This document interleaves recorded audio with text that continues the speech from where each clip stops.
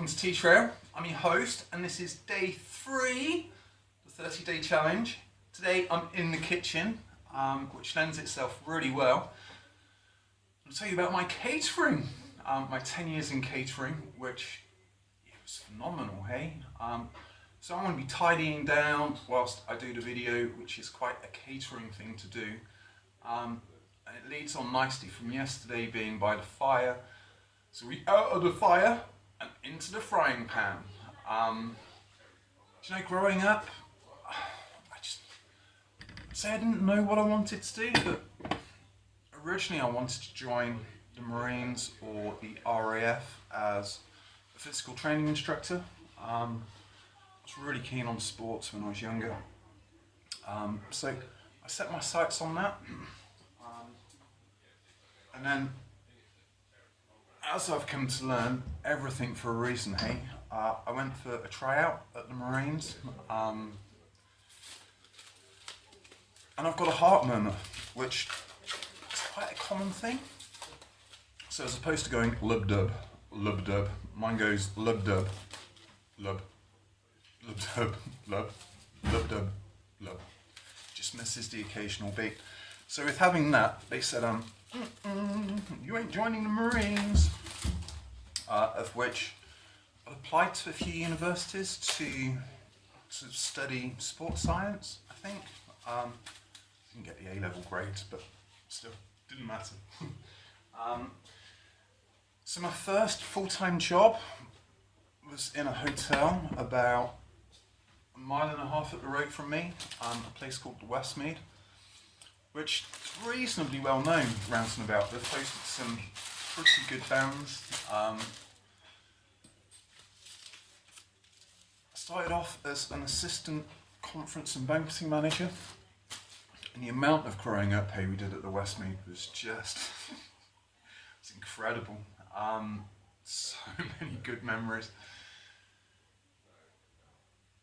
I suppose at that age I just found cannabis, and I suppose as a way of fitting in or not fitting in, as the case may be. I did like to smoke. This great group of guys up at the Westmead.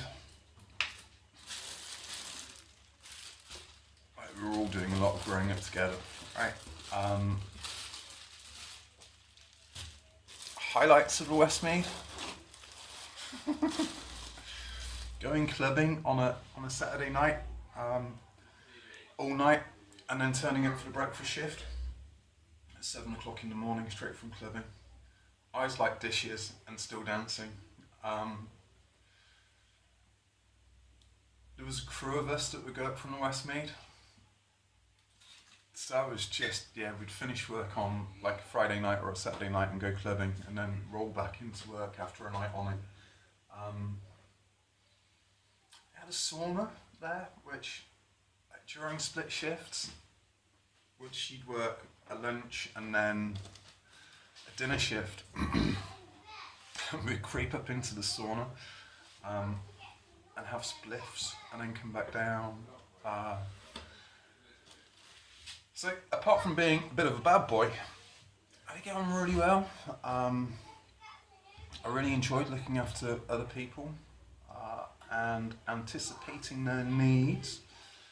My first boss was a Geordie. 2 lessons from John.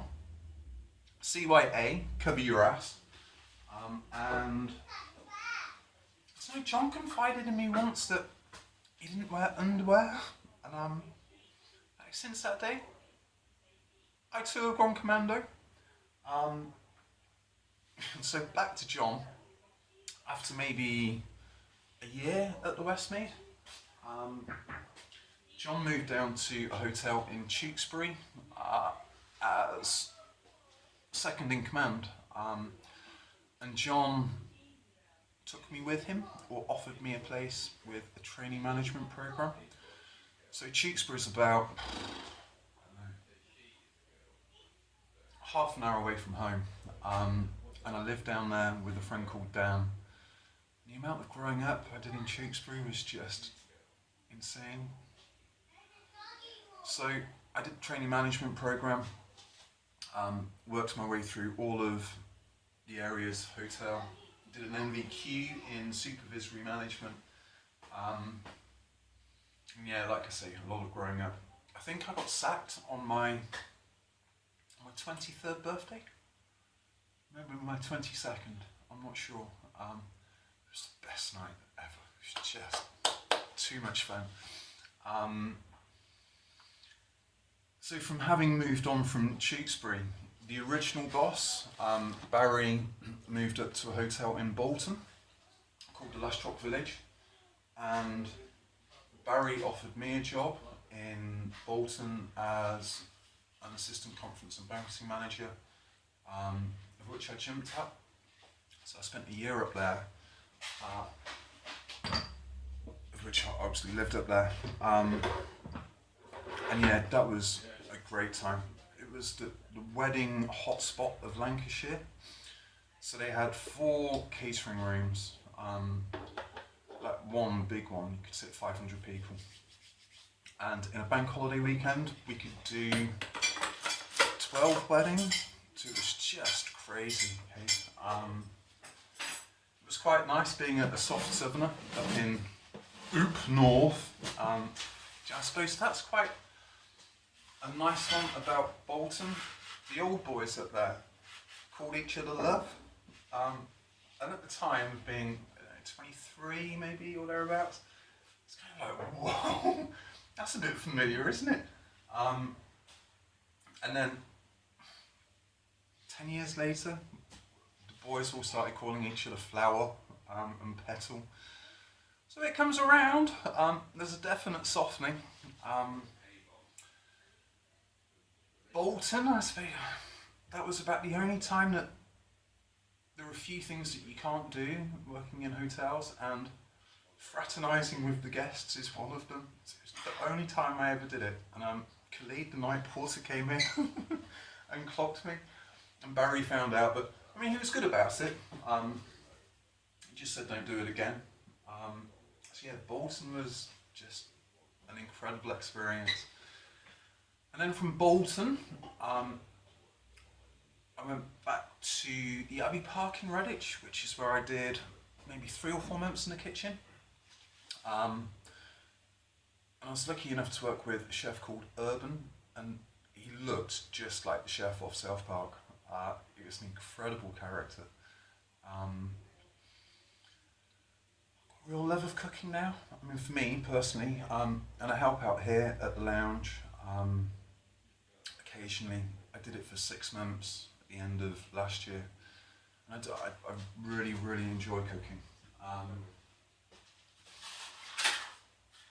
So I did my training at the Abbey Hotel, and then I went to the Belfry, which is a golf hotel in Warwickshire, and that's where they host the Ryder Cup, big sporting tournament.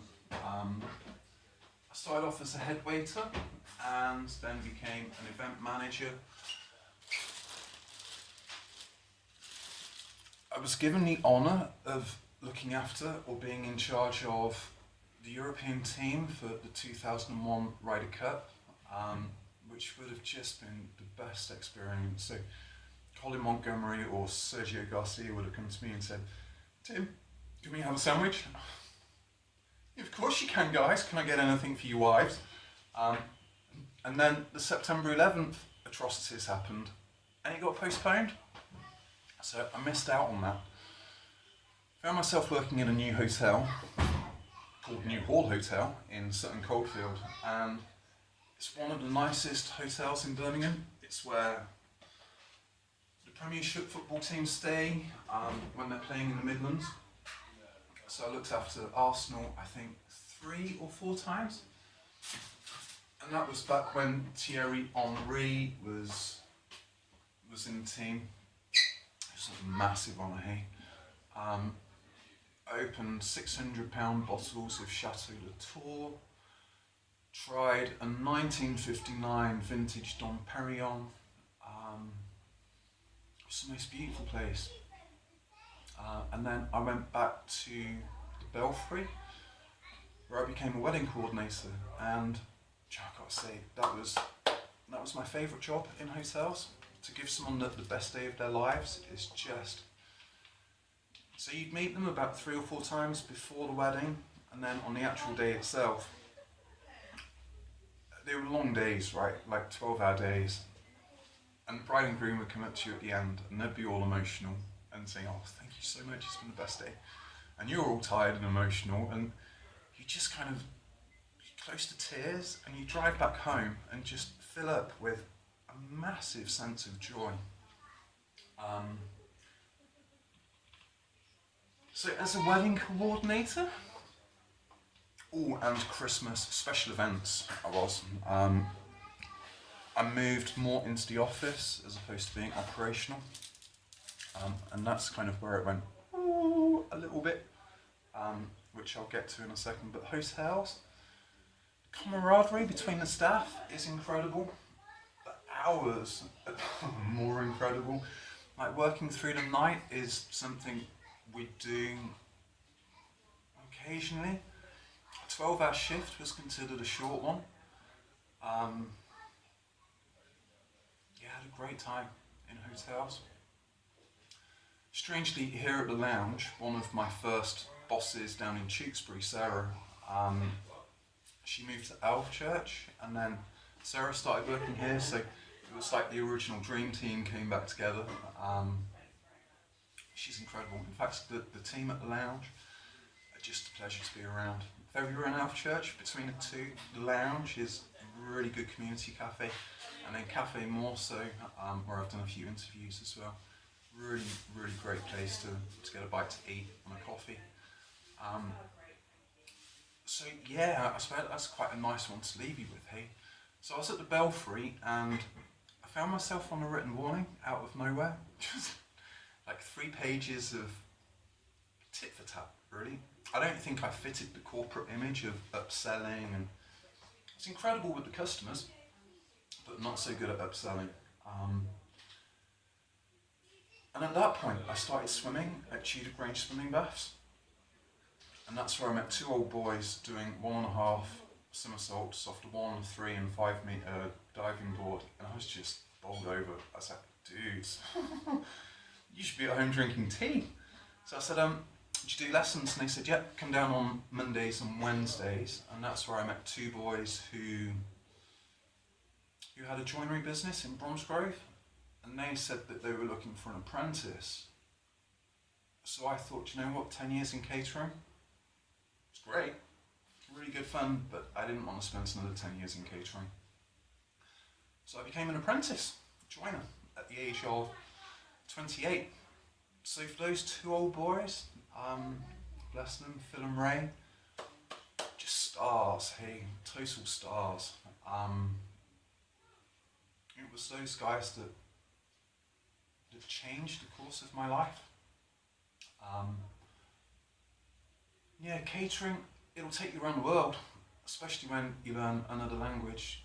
There's always a need for waiters and waitresses wherever you go. It's an incredible experience.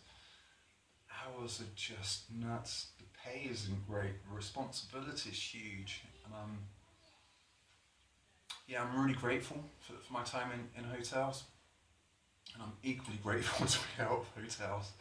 I think I did 4 Father Christmas gigs in total, which is a really nice thing to do on Christmas Day.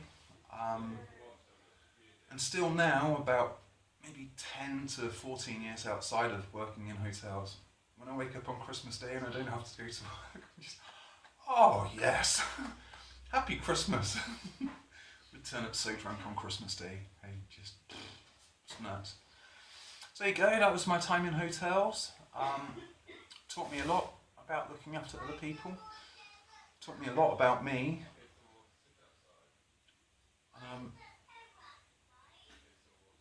Yeah, it was incredible.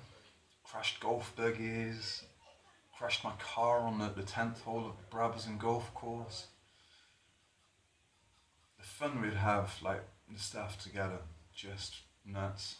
And yeah, it was an incredible 10 years of my life. So there you go. Out of the fire and into the frying pan. Joinery up next.